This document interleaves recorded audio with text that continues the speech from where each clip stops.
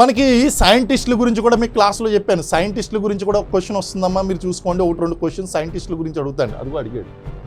గ్రామీణ సమాజంలో వివిధ రకాలైనటువంటి వృత్తి సంబంధాలు సారూప్యతను అధ్యయనం చేసినటువంటి శాస్త్రవేత్త ఎవరు అని అడిగారు. అంటే గ్రామీణ సమాజంలో వివిధ రకాలైనటువంటి వృత్తి సంబంధాలు మరియు సారూప్య గుర్తింపును ఎవరు అధ్యయనం చేశారు అని చెప్పేసి చూస్తే ఇక్కడ ఎంఎన్ శ్రీనివాస్ ఇచ్చాడు.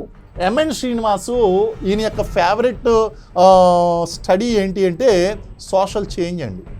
భారతదేశంలో కులాలు అనేటువంటివి ఎలా సాంఘిక మార్పు చెందినవి అనేటువంటి అంశం మీద అధ్యయనం చేశాడు.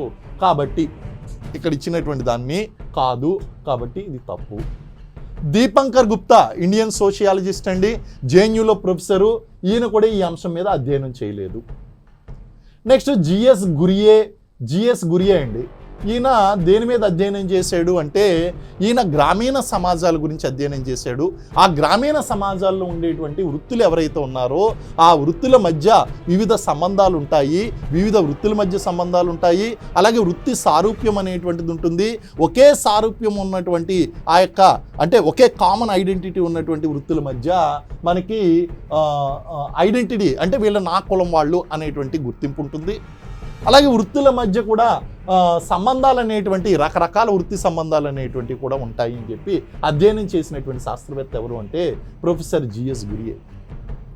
మీకు గుర్తుందో లేదో నేను క్లాస్లో చెప్పినప్పుడు the father of Indian sociology, భారతీయ సమాజ శాస్త్ర పితామహుడు జిఎస్ గురియే అని చెప్పానండి. వీళ్ళంతా కూడా ఈయన శిష్యులండి. ఈ ఎంఎన్ శ్రీనివాసు వీళ్ళంతా కూడా శ్రీమతి ఐరావతి కార్వే, ప్రొఫెసర్ పిఎన్ ప్రభు వీళ్ళందరూ కూడా ఈయన శిష్యులు. ఆడ్రియన్ మేయర్ ఈయన బ్రిటిష్ ఆంథ్రపాలజిస్ట్ అండి. ఈయన మధ్యప్రదేశ్లో ఉన్నటువంటి గ్రామాల గురించి అధ్యయనం చేశాడండి. అలాగే మైసూర్లో ఉన్నటువంటి రాంపురా గ్రామం గురించి అధ్యయనం చేసినటువంటి వాడు ఎంఎన్ శ్రీనివాస్.